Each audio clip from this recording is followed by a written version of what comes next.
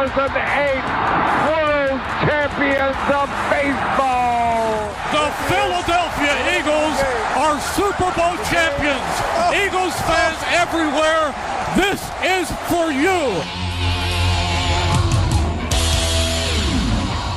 Now entering the game for Philly Pressbox Radio, Bill Furman and Jim Chet Chesto. It's Wednesday, February 14th, 2024. Welcome to the Philly Pressbox Radio Roundtable, brought to you by the Irish Rover Station House in Langhorne, PA, Cavs, Philly Tailgates, and the Edge of Philly Sports Network. I'm Bill Furman. I'll be your host tonight, along with my partner, Jim Chet Chesko. Chet, the Flyers have come out of the All-Star break on fire. They've won 4 in a row. Tough one coming up against Toronto. The Sixers did a lot of dealing at the trade deadline, but they've won 2 in a row. Pitchers and catchers reported to Clearwater today after a week of tinkering with their pitching staff. I don't know how much improvement was made there. The Eagles have been quiet this week. The NFL has, and they haven't been. They had an overtime thriller on Sunday's most watched ever Super Bowl. Plenty to talk about in Philly sports. But, hey, before we get started, pal, we ought to mention about the situation in Kansas City today at the parade. That number is now up to 22 at last count of people that were shot or hurt. Man, we sure hate to hear that. And 1 dead, yes. Yeah, it's a shame, certainly. Other than that, though, Bill, great time of year when pitchers and catchers report down in Clearwater. The Flyers, as you mentioned, continue to surprise and impress. I don't know what to expect from the Sixers going forward, but I do like the Buddy Hield trade. He's looking pretty good so far, 3 games in. And, it's Valentine's Day. Happy Valentine's Day, everybody. Happy Valentine's Day. Well, hey, Chet, we have a couple great guests tonight. Longtime hockey and Flyers beat writer Sam Carchidi. Sam, can't wait to hear from him because he's got to be as surprised about the Flyers as we are. And J.G. Taylor Spink award winner, Baseball Hall of Fame writer Jayson Stark joins us in the second half to talk Phillies baseball. Yeah, we got a good one for you, Bill. And that first guest is ready to roll, so let's do it. Let's welcome hockey guru Sam Carchidi back to talk some Flyers hockey. Sam, welcome. Hi, Bill. Hi, Chet. Good to see you guys tonight. You too. Hey, Sam, no offense, but this is pretty sad that you guys are my Valentine's Day date. Sorry about that. Yeah. We postponed our Valentine's Day till tomorrow, so all good. All good. There you go. It'll be less crowded tomorrow. That's good. There you go. All right, Sam, let's talk Flyers. I mean, other than that 5-game skid right before the All-Star break, they've been extremely impressive this season. What do you think have been the keys to their big improvement from a year ago? I think a lot of it is mindset, Chet, to be honest with you. I mean, this team, they've made some changes, and I think the young guys have added some good new young blood to the team, and as a result, you have players playing for their jobs, playing for lineup spots. They know, if I don't do the job tonight, a guy like Bobby Brink, who is now with the Phantoms, he could be coming in, or another young guy could be coming in, and it's been a good rotation. I give a lot of credit to John Tortorella. This team on paper is not a playoff team. They've overachieved, but more power to them. I mean, it's not very often they get outworked in games, and they're fun to watch because of that. And, case in point, the last game against the Coyotes, they didn't have their A game for all 60 minutes, but they play hard, especially in the second half of that game, and they turned it their way, and they're getting good defense,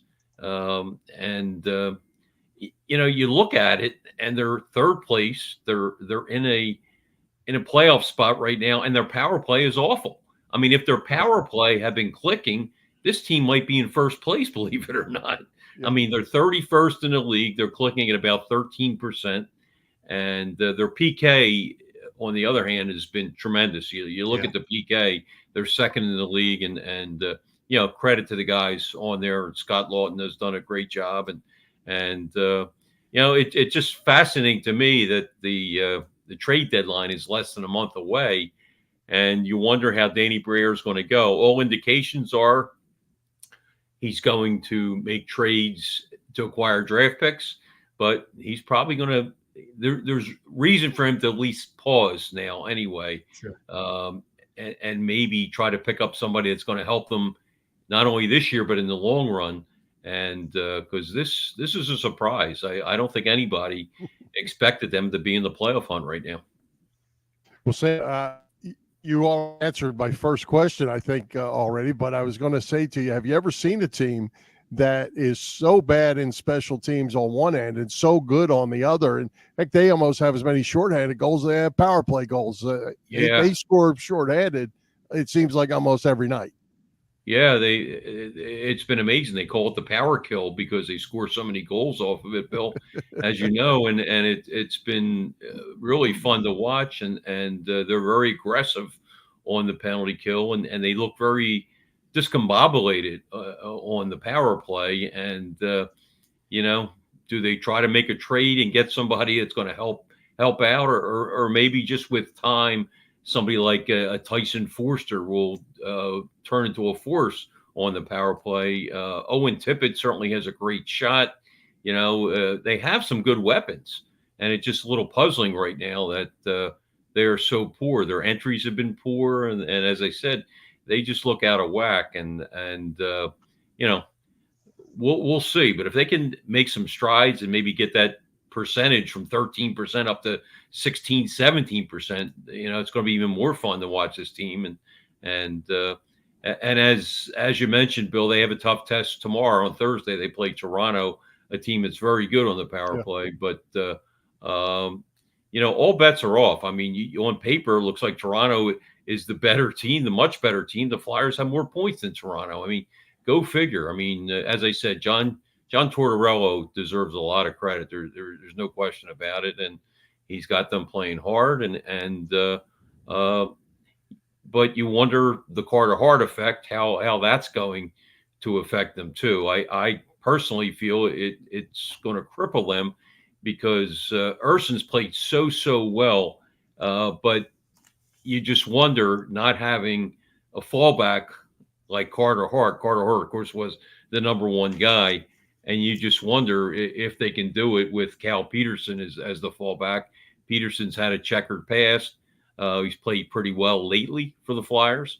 And, these guys are answering the critics. I'll tell you, more power to them. But again, they're still, to me, it would still be a very big surprise if they made the playoffs. But stranger things have happened.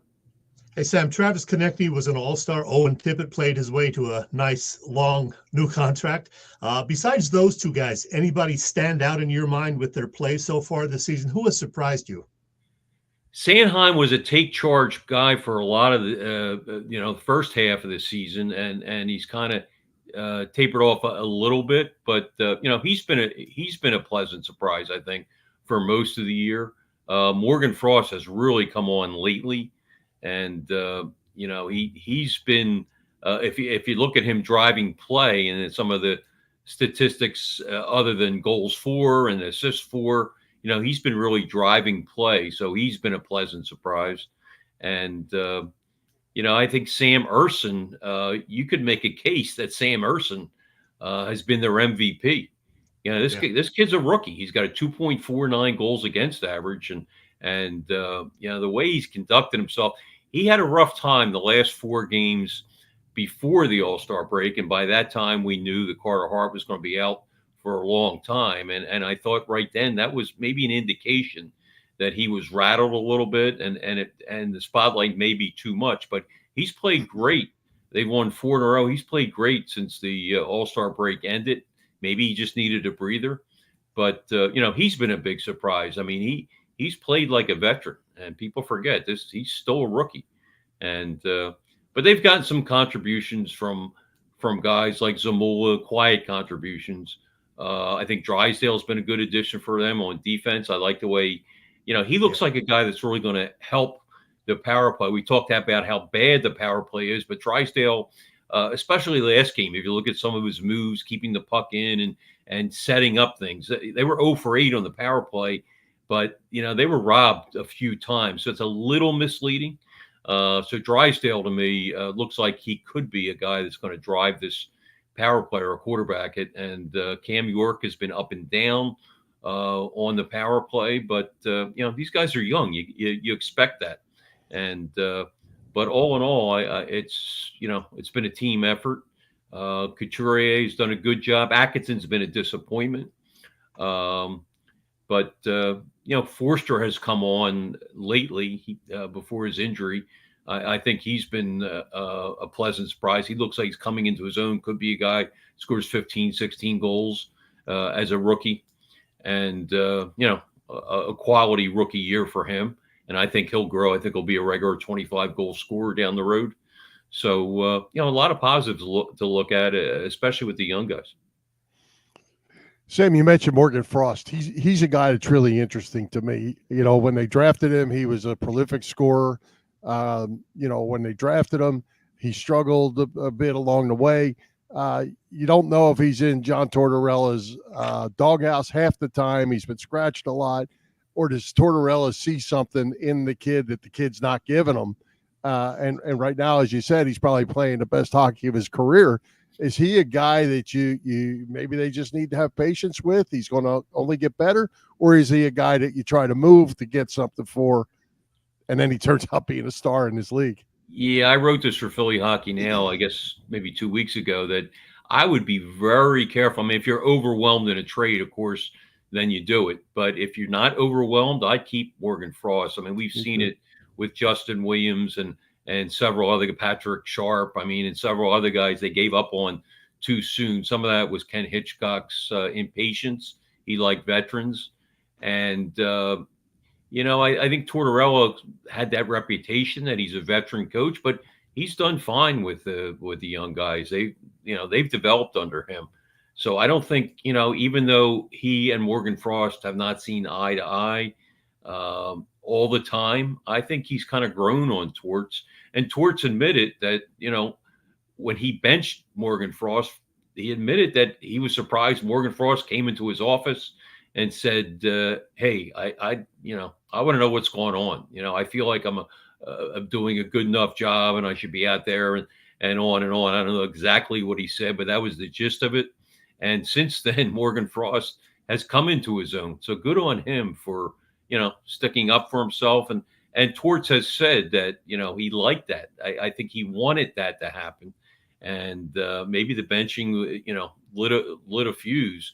And since then, Morgan Frost has producing very well at his highest clip of the season. So to answer your question, Bill, I would, unless I'm overwhelmed, I think Morgan Frost is the kind of guy you build your team around. I don't think he's a top line center, maybe not even a second line center, but can be a very, very good third line center, and homegrown.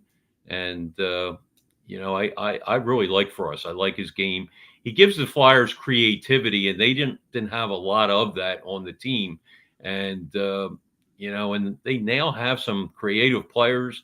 They have more speed this year than we've seen in a long time. Yeah. Tippett certainly gives them a lot of speed. Drysdale has given them speed. Morgan Frost can turn it on. So, Konechny has speed. This is a team that has created more chances off the rush than any team in the NHL this year.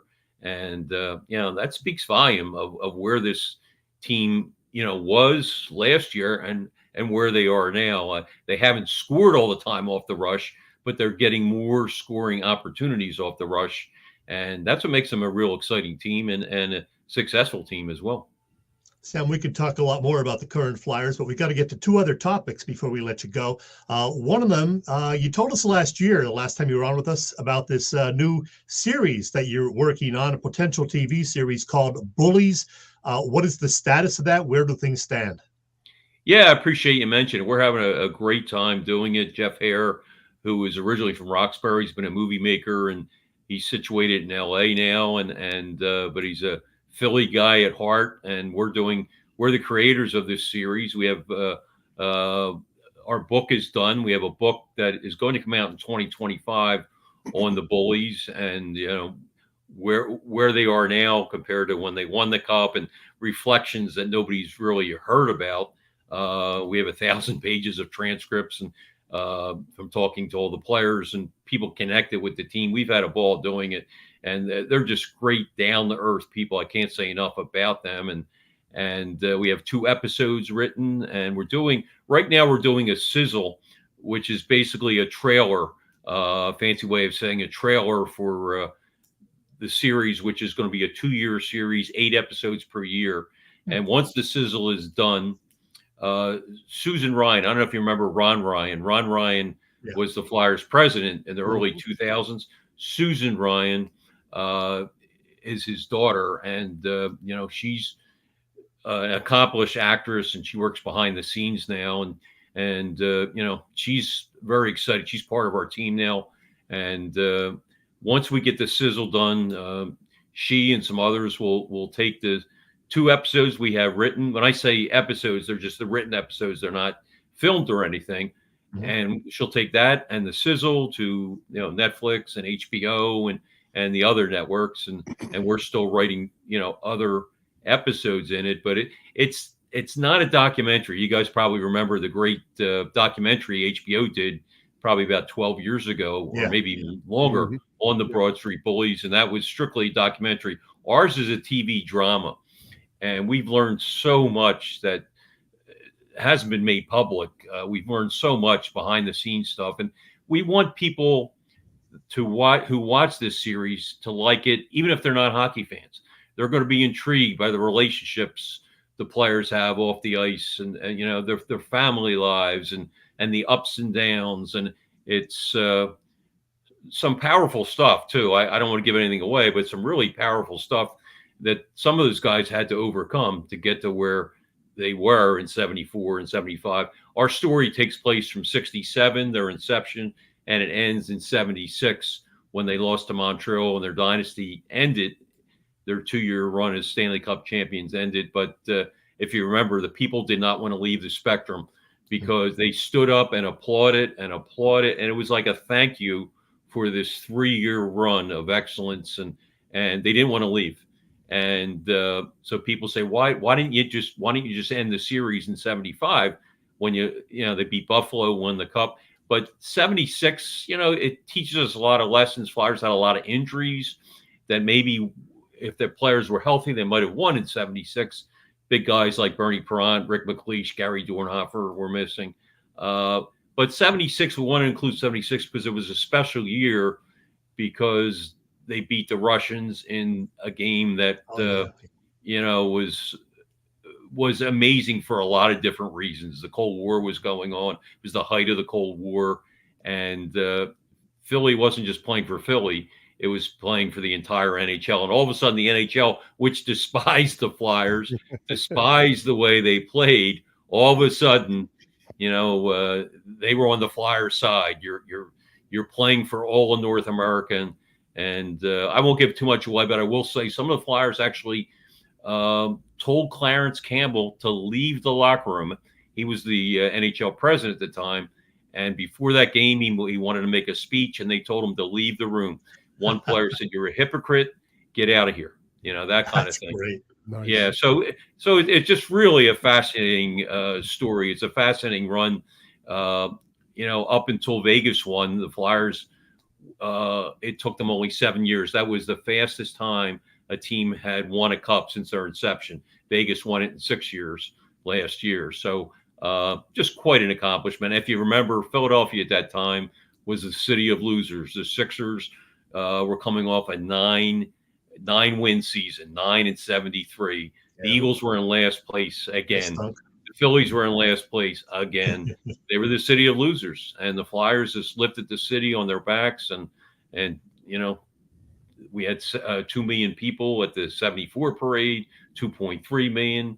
The 75 parade, I'm sorry. So, it's just amazing. And their first parade drew 20 people when they were introduced in 67. Right. Philadelphia didn't know hockey. And that's part of our story, too.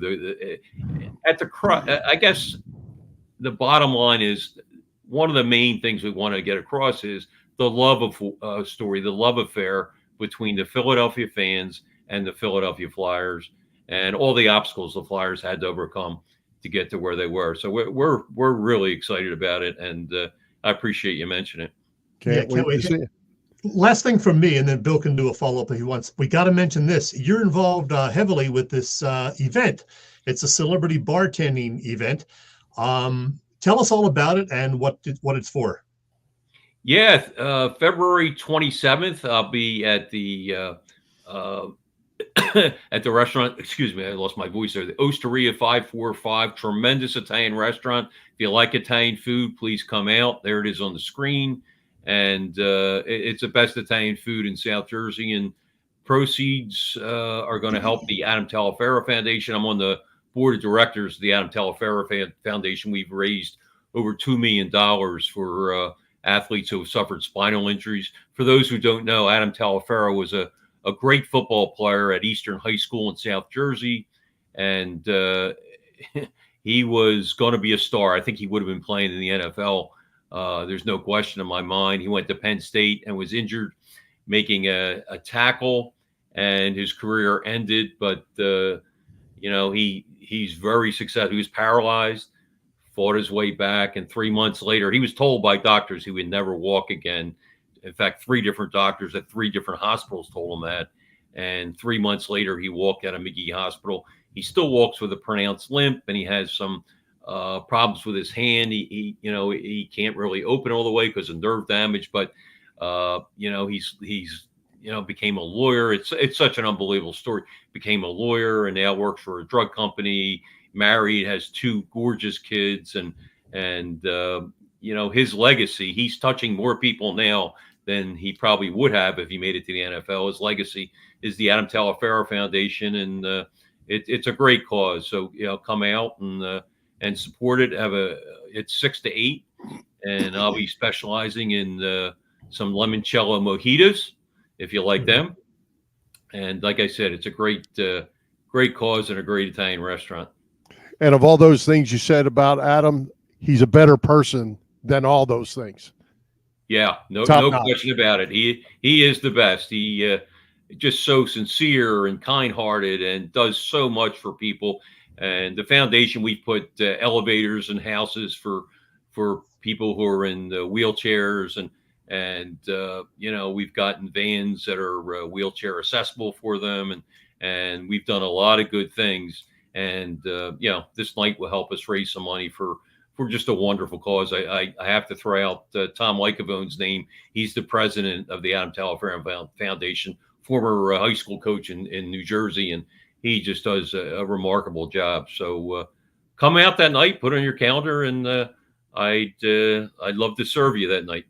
There you go. Hey, Sam, before we let you go, where can the viewers find your work, your social media platforms, the things you have going on, and follow what you're doing?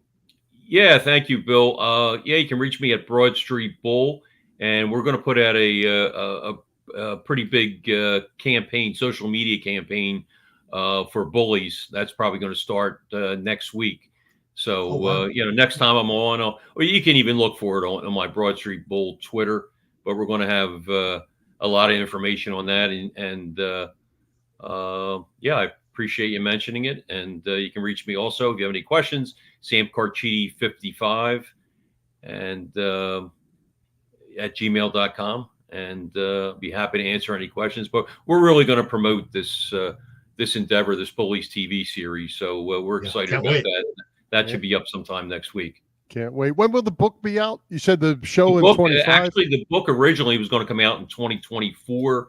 But now, since the series probably won't come out until 2025, they want it to come out closer to then. So sometime in 2025, I'm guessing close to the start of hockey season, October probably of 2025. And Triumph Books is the publisher. They're the #1 publisher of sports books in the United States. And so we're excited about that too. Fantastic. Well, Sam, as always, thanks for taking the time to join us. Good stuff. We could talk hockey all night. Always a pleasure, guys. Thanks for having me, Bill. Thanks, Chet. All right. Thanks, Sam. See ya. All right, Chet, let's give a shout out to all the shows at the Edge of Philly Sports Network this week. The gang, as always, has all the bases covered. You can catch all the action on www.eopsports.com. as well as Edge of Philly Sports on YouTube. You can also find our show on the Philly Pressbox Radio YouTube channel. Please help us out. Hit those subscribe, follow, like buttons, and as always, share with your family and friends. Don't forget to subscribe to the Edge of Philly Sports weekly newsletter. Sign up for free. You'll receive the EOP weekly review in your email every Friday morning. And Chet, hey, it's a good time of year. Spring is almost here. What's going on at the Irish Rover Station House? Always plenty at the Irish Rover, Bill. They got a lot of things happening. As you know by now, they have Thursday through Sunday dinner specials, and check out what they got going on this week. Some tasty ones, the meatballs, the bruschetta, oven roasted brie. But I love the Killer Burger Thursdays, and that Aloha Burger is calling out to me. Lettuce, tomato, onion, pepper jack cheese, teriyaki, grilled pineapple. Yum. That's at the Irish Rover. Oh, they have Quizzo every Wednesday evening. Well, Valentine's Day may be just about over on this particular Wednesday evening. But this Saturday, the 17th, the Rover is celebrating Galentine's Day with a party, a guaranteed fun night out for all the gals with all sorts of drink specials, as you can see here. Very, very cool, I think. It's all happening at the Rover, located on Bellevue Avenue in Langhorne, and you can get all the details at their website, that, of course, IrishRoverStationHouse.com. It's me, Jackie Bam Bam from 93.3 WMMR, Philly Pressbox Radio. Chet, Bill, what are you doing? It's me, Jackie Bam Bam. Hey, Chet, Bill, I love you. All the best. Bye.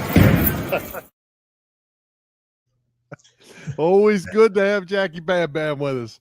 I wanted to mention about Jackie Bam Bam just this past weekend. He was inducted into the Mummers Hall of Fame. I saw that. Yeah. Yeah. Good for him. Yeah, because he's won the Best Costume Award like 7 times. And Daily. Yeah, he's in the Hall of Fame. Good for Jackie. Hey, Chet, it's always a big day for me here in Florida with pitchers and catchers report to get spring training started. Today was that day, as the Phillies reported to Clearwater. There is always a buzz in the air. I've already seen people saying, this is the year. This is the year. They don't even have their cleats tied up yet. Yeah, and that's in probably a lot of different, spots in Florida and Arizona. This is the year. This is the year. Talk to us in July, then we'll see. Right. But yeah, it's always a fun time, especially when you do think your team has a chance to go somewhere, as is the case with the Phillies, because they came so close the last couple of years. I know some people think they still need to do more, and I think there still will be some little moves here and there, but they won 90 games last year, and they should be, right around that total again this year, hopefully getting them back into the playoffs. So a lot of anticipation about what lies ahead for the Phils. Yeah, and they continue to tinker with that pitching staff a little bit in the last week or so. They're adding little pieces. I don't know that those guys are all going to make the roster, how it's going to play out, but the last few roster spots might get interesting. And of course, to me, the big thing is who's the closer. Yeah, I haven't studied the names yet, but for now, it seems like they're going to do the bullpen by committee thing again this year, which they did for nuts. Parts of last year. It's not the worst thing in the world, I think Dave Dombrowski, it is if you don't win in the end. I think Dombrowski may still have another move on that front. We'll see, and hopefully he'll bring in another bat to come off the bench, because they could sorely need that, especially some guy who can play the outfield. Yeah, we'll see. Won't be long. Hey, you had a chance to visit with J.G. Taylor Spink Award Baseball Hall of Fame writer Jayson Stark about the Phillies and the upcoming 2024 season. Tell us how it went. Well, I have to admit, I somehow snagged Jayson 3 times for our show back in 2015 through 17, but he's gotten busier and busier in the years since, and I've had a tough time getting him back for a 4th time, but I think I finally wore him down last week and got him back on the show. He made some time for me, and first time since he got the Hall of Fame status with his name. So as you'd expect, he was terrific and lots of fun to talk to. And here is our chat. With pitchers and catchers reporting for work in Clearwater and elsewhere, it's a great time to talk a little baseball, and I'll do that with one of the very best, a Hall of Fame baseball writer, in fact, Jayson Stark. Jayson, welcome. Chet, great to be here. Thank you for having me. Hey, you've been covering baseball a long time, but do you still get more energized, come mid-February, knowing that the sport that you love and cover is starting up once again? Yeah. You know what I always think when that confetti rains down on top of the Super Bowl champs? It's now baseball season, and my blood starts flowing differently. I can't explain it, but that's how life works for me. I hear you.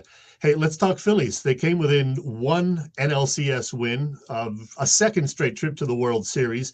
And unless they make another move this spring, they're essentially running it back with the same group that ended last year. Should they have done more? Might they still do something between now and early April?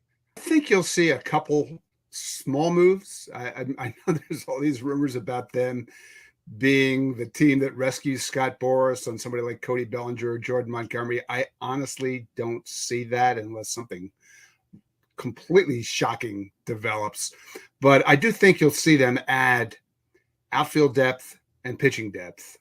Other than that, you're exactly right. This is probably the quietest offseason in the history of Dave Dombrowski, which is saying something. And I actually asked Dave about this earlier in the winter. Is it a good idea to run it back? Because that's not been his history. And he basically said every team's different. And when I look at this team, I think we were good enough to win. Like privately, they think they were going to win the World Series if they just find a way to win one more game against the Diamondbacks. And then we're perceiving all of this differently. And then, he pointed out all the ways they could actually be better with the same group, starting with full season of a guy named Bryce Harper, which is a scary thing to contemplate. And then growth among young players, growth among the Alec Bohm, Brandon Marsh, Bryson Stott group, Orion Kirkring have a lot of excitement about. That's his thinking. I personally would not do that. I always feel like it's a good idea to inject new energy into the group. Guys who are hungry, who haven't been there and done that. But again, Dave's feeling is we haven't done it. We've gotten to the World Series 2 years ago, didn't win it. Thought we were going to get there last year, didn't win it. He thinks the hunger of the group is stronger than ever. So I think that explains it. Nevertheless, I would not have done this. Well, they did retain Aaron Nola, and now Zach Wheeler is entering the last year of his original 5-year Phillies deal. The Phils do want to keep him, but he's 33 and reportedly wants some big money. So how do you see this playing out? I'd be really surprised if they don't get this done this winter. I did not feel that way about Aaron Nola, but I do think that Zach Wheeler's different. You just said it. He's older. He's several years older than Aaron, and he's tested the market. He's cashed in. He's extremely comfortable with the Phillies from every standpoint, from geography to family to comfort level with the whole pitching group. He's only gotten better here. He's really close to the pitching coach. He's really close to Aaron Nola. I think everybody understands what it'll take. It'll be a really high number per year. It won't be a lot of years because of his age. And I think that really fits exactly the way Dave Dombrowski's thinking and John Middleton's thinking. The center field job is Johan Rojas's to lose. He reportedly worked hard over the winter, put on a little muscle. Does he have a decent upside, do you think?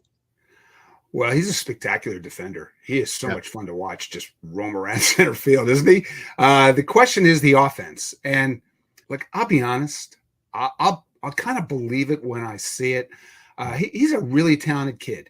When he was promoted, he was only supposed to be up in the big leagues for a week or two. And then he was so good defensively, it really changed the way they were thinking about him. I know they're encouraged about the offseason work he's done, but it's not just about swing mechanics with him. If you watch closely in that postseason, approach is the problem. The way baseball works right now, there's so much information in the game. And if you make up your mind to swing at the pitch before it is thrown, that doesn't work. And that's really the way he went about it the entire postseason. And what was it, 4 for 45? That's scary. And the highest percentage of chases of pitches outside the strike zone of anybody in the sport in the postseason. And so, again, this is so much more than swing mechanics. This is about pitch recognition, controlling at bats, having a better feel for what he's trying to do at the plate and what the pitchers are trying to do with him. I mean, like, I understand what they're thinking, but I think he's hard to trust right now. And there's really no plan B. You mentioned Bryce Harper will be there on opening day, which is a great thing. Can we expect big years, you think, out of both Harper and Trey Turner? Trey Turner is such a superior player to the guy that Philadelphia saw for 4 months. And, I think much as in the way that Nick Castellanos settled in, after he had a year to adjust to everything about Philadelphia, I think Trey will be the same. And Trey's a guy, he clearly chased too much. And this is a huge point of emphasis this spring, not just with him, but with the whole group. But, Trey Turner's chase rate on pitches outside the zone was, if I remember this right off the top of my head, 38%. At swing rate. That's shocking, because this was not his history before he got here. And like, he's wired to swing. He's not wired to walk, but I think there are ways to do it. He's got a much superior baseball IQ to what we saw. And I just think comfort level is going to be huge with him.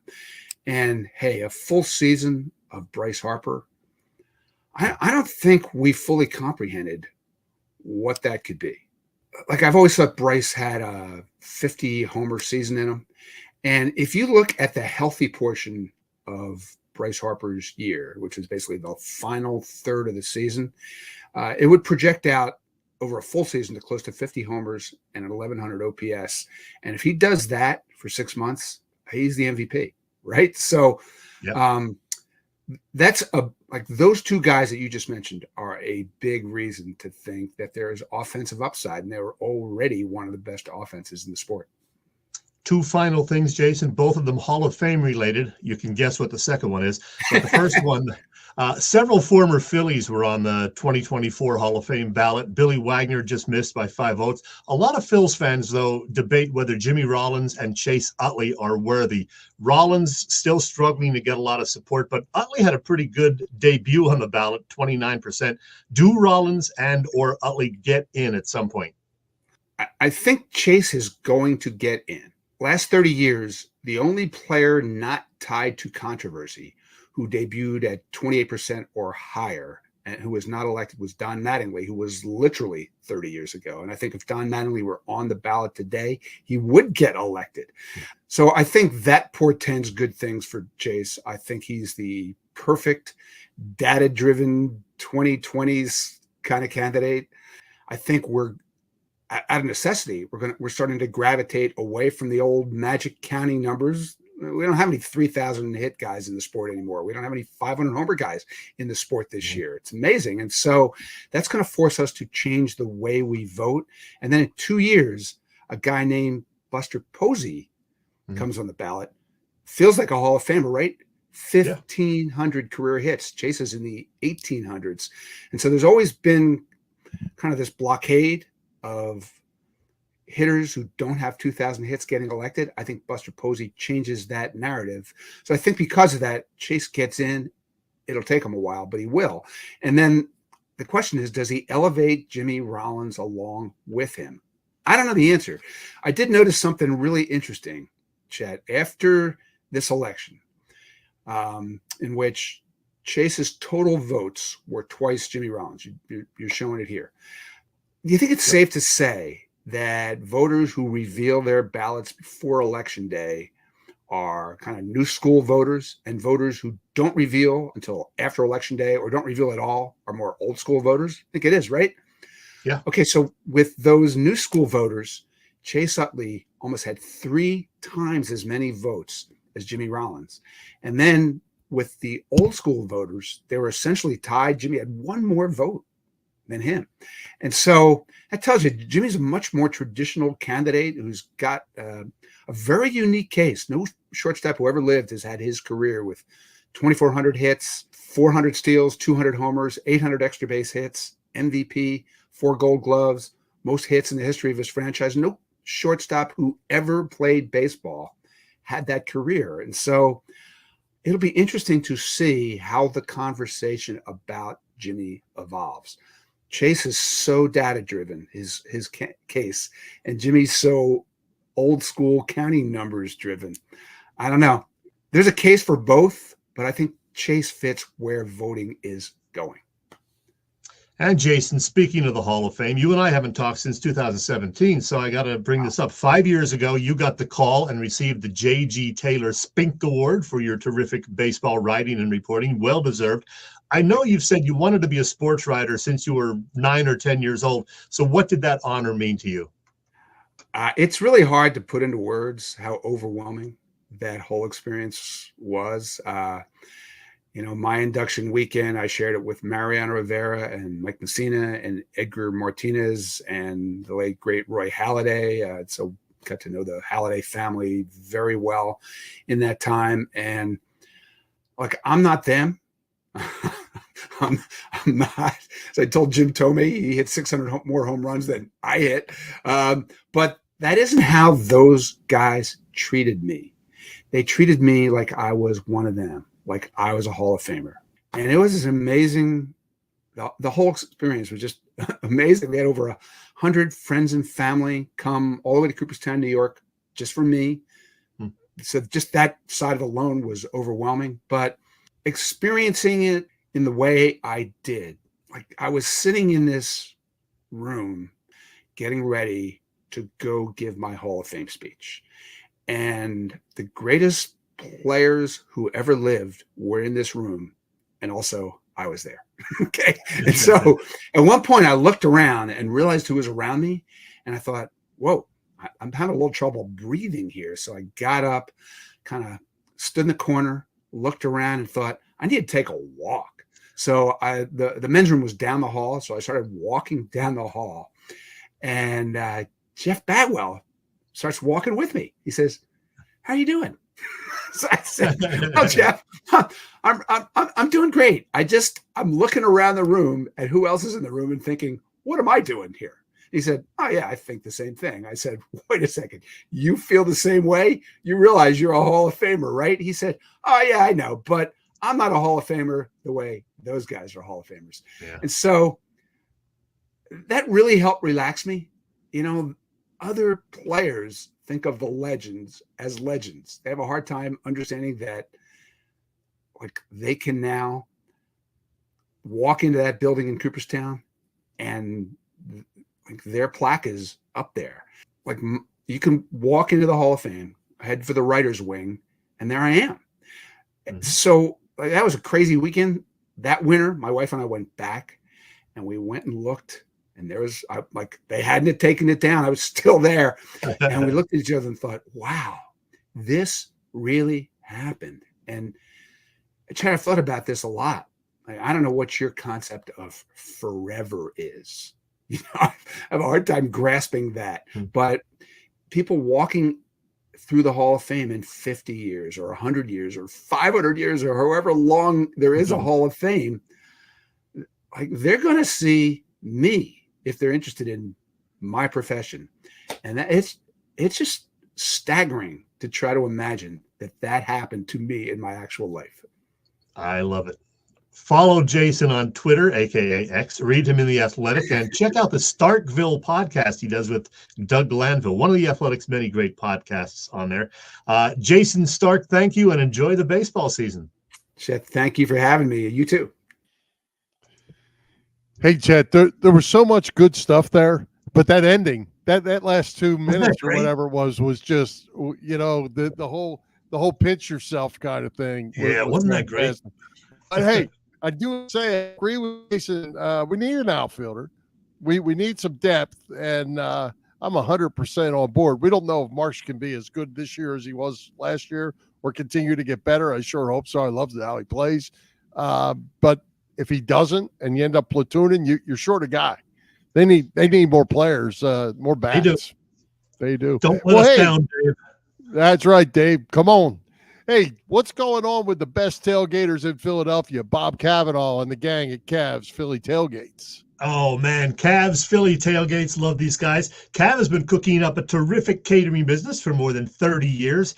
Known best for their tailgate parties, Cavs is a 3-time winner of Philly Tailgates, Jack Daniel's Great American Tailgate Party Contest, and a past winner of the Philly Daily News Tailgate Award. Cavs also does corporate events and other parties, you name it. As for upcoming events, well, there's a lot going on. Of course, March 28th, they'll be there before the Phillies home opener. That'll be a good tailgate, you know that. A couple of tailgates before WrestleMania in early April 6th and 7th.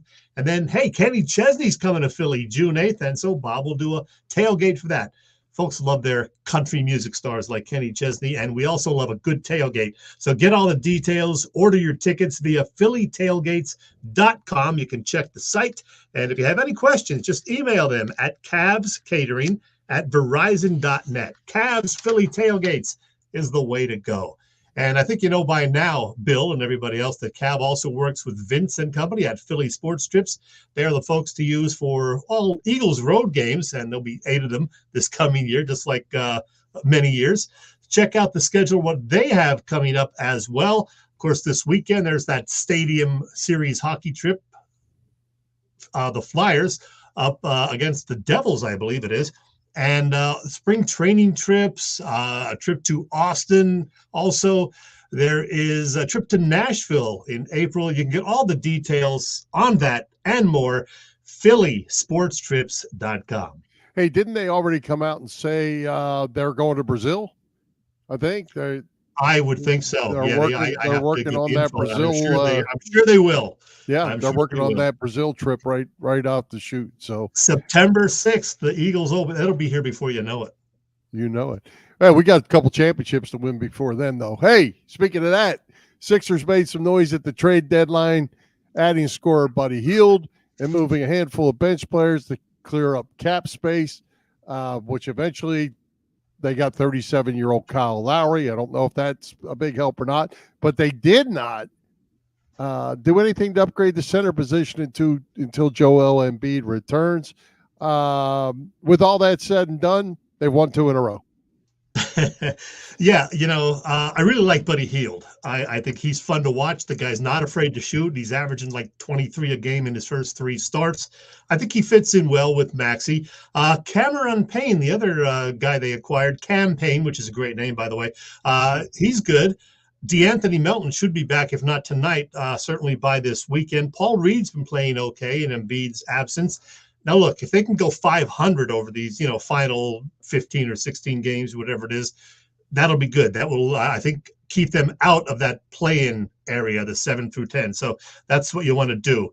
Kyle Lowry being added to the team, he's 37. I don't expect a whole lot from him, but it'll be a nice way for him to presumably, finish his career in the area where he grew up and, played at Villanova. So good luck to Kyle. Maybe he can add some influence, some leadership to a team that could probably use it. So It's going to be an interesting final, few weeks of the season. Well, I saw a quote from Kelly Oubre that I really liked. He had a nice game the other night in the last outing. He had 24 points, I believe it was. He said, we've all got to up our game. We got to be better. Tobias Harris was out the other night, along with Embiid. But Oubre's like, hey, here's where we are. We're pros. We got to step up the game, and we're going to do it. Everybody's got to play better. I love that attitude, and I'd be thrilled if they can actually be competitive and stay in the hunt here until Embiid gets back.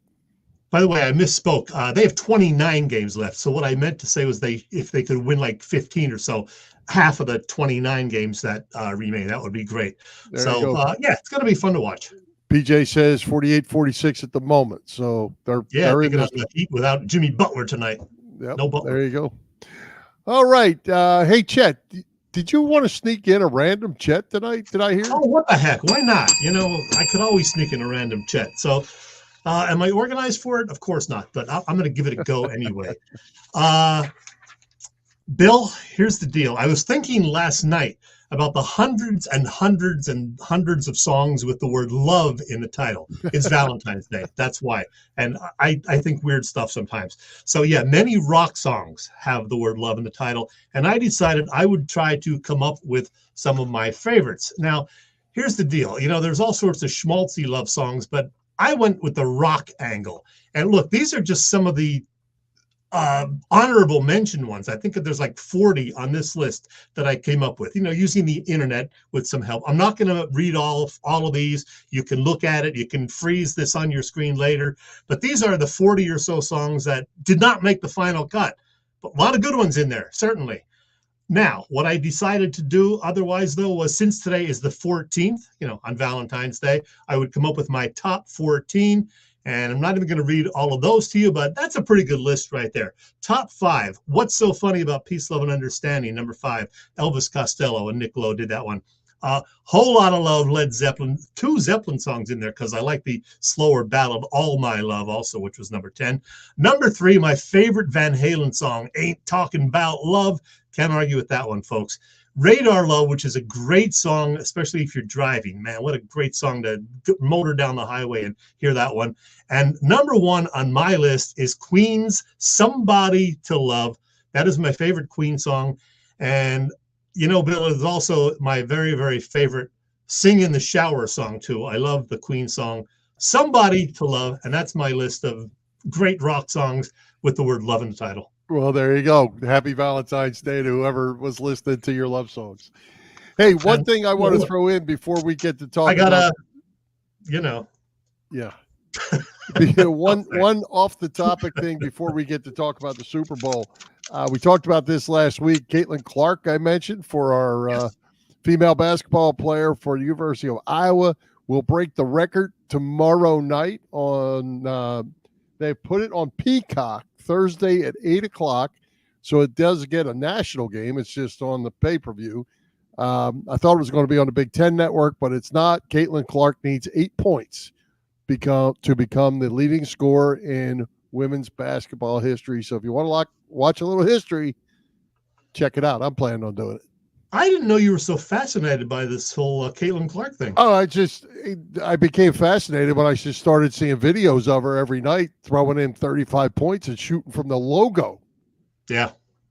She can shoot. She is incredible. And she also just passed 1,000 assists in her career. She's just a tremendous player. I didn't know her before the year started. I didn't know her, never heard of her. But just been watching all the clips that just kept coming up. I kind of got intrigued, and anybody that can break an all-time record, it's worth me spending a little bit of time to watch it. All right. So, hey, I think Boop and you and I all had the Chiefs to win the Super Bowl, didn't we? We did, and it didn't look good for much of the game, but they pulled it out in overtime. Real good game. I mean, the second half was really fun to watch, and then, of course, it went into overtime and went the full 15 minutes just about. So, yeah, it was a fun game. Yeah, shout out to Andy Reid on winning his 3rd Super Bowl. Definitely the first half was a little bit of a feeling each other out kind of thing. Second half and overtime was really good. But, hey, a couple things that we need to touch on and get your thoughts. I got 3 things listed here. Of course, the fourth, there's been 5 things now. Travis Kelce outbreak on the sidelines. I want to get your thoughts on that. The halftime show, the Taylor Swift effect leading to the most watched Super Bowl ever. And I think it is indeed a Taylor Swift effect that caused that. 4 is Steve Wilkes loses the Super Bowl, gets fired today as the defensive coordinator when, in my opinion, the 49ers defense played their tail off. Wilkes gets fired. Spagnuolo gets re-upped, contract extension for winning as the DC. And then, of course, the news today out of Kansas City with the last we heard before the show started, 22 people hurt in a gunfight out there. All right, let's see what we can cover in 4 minutes. You got it. First thing, Andy Reid, I think he just put himself on the Mount Rushmore of coaches up there with, Shula and Belichick. That wasn't even on my list, but go ahead. Yeah, well, Tom Landry and Chuck Noll, there's 4. So he's one of the top 5, I think, greatest coaches of all time now, with 3 Super Bowls and maybe more to come because he's not retiring. Second thing, the Travis Kelce bump into Reed, certainly uncalled for. Travis has apologized. He said that was bad. So, he's got a little temper. I think we've learned that. So he's got to learn to control that a little better. Halftime show. Not my kind of music, but I'm not going to be one of these old guys, not naming any names, who says, oh, it sucked just because it's not their kind of music. As I said on Facebook, the production was great. There was like 4 costume changes in 15 minutes. Some good special guests. Alicia Keys is really, really good. Little John and some of these other people, I don't follow their music, but it was kind of nice to see them collaborating. It was well done. I like the little roller skates stuff. So again, not my kind of music, but otherwise I enjoyed it. So there. Next, Taylor Swift. Yeah, certainly a big plus for the ratings. 123.4 million, and probably a good 10 million. And that was thanks to, Taylor Swift alone. People just looking to see Taylor Swift on screen. And yes, she was on 7 or 8 times. So if you took the over, you won some money. Yeah, right. Yeah, and I'll toss out there on the Travis Kelce thing. I've gone back and forth about this in my head. When I was coaching at the high school level, you wouldn't have ever done anything near me like that. Oh yeah. But you're dealing with adults here in a high energy, and it's not a justification by any means, but Andy Reid looked like, hey, get out of the way. I got to make a play call here. Yeah, exactly. He didn't seem one bit concerned about it. Bad look, absolutely bad look for Travis.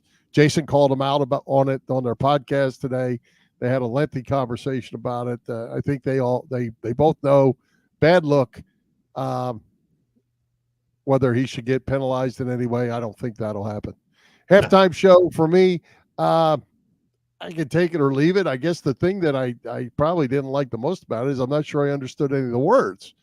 There was, there was music being played, but there wasn't. Now from Usher, Alicia Keys is very good, and I do enjoy listening to her. Hey, Usher can dance, man, and he can sing and dance while on roller skates. I can't do any of that. Yeah, I was wondering if you and Jason Kelce had your shirt off along with Usher at halftime, but I know Jason did, and I was wondering if you did the shirt throw. Look at that heart, man. No, I kept my shirt on the whole game. I'm taking my heart off right now. Yeah. One other thing about the Eagles, though, because we have like a minute or two left, Hassan Reddick, he did not request the trade, but they gave him permission to do, seek a trade. I think they're just trying to work out the whole money situation, see, how many offers he'll get. Then the Eagles have to decide if they either want to pay him or what they can get in a trade. They're not going to get anything higher than a second round. They might not even get a third round. So, Howie's got some decisions to make. He's under contract. He's under contract for another year. He's under contract for one more year. Yeah. But, it's one of those things. You want more money because you had double-digit sacks the last 2 years, and they kind of got him at a bargain compared to other guys at his position with his numbers. So, I understand. But his deal is still $40 million or something like that. He shouldn't be starving to death. I mean, I get it. They leak this stuff out. Agents do, clubs do, players do. So it may have been that Reddick himself didn't ask for a trade, but there's always some feelers going out just to see. It just kind of got blown up in the Philadelphia media and it took off.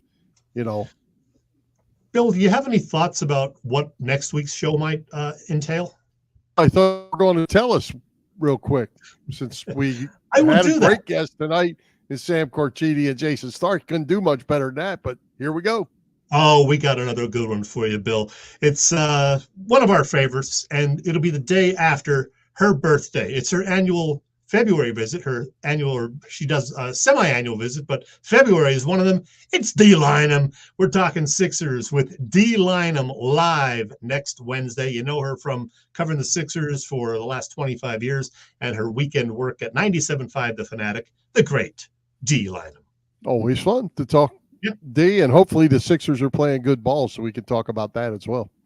Wrap it up, Bill. Let's do it. Let's thank tonight's special guests, SAM CARCHIDI and Jayson Stark, our sponsors, the Irish Rover Station House, Cavs Philly tailgates at PPCC 118 Raz Room. For Jim, Chet, Chesko, this is Bill Furman. We hope you enjoyed the show, and we'll join Philly Pressbox Radio next Wednesday, February 21st at 7 p.m.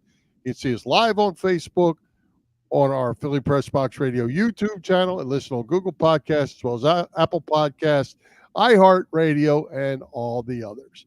Happy Valentine's Day and high hopes, Philadelphia sports fans. Happy trails to you till we meet again.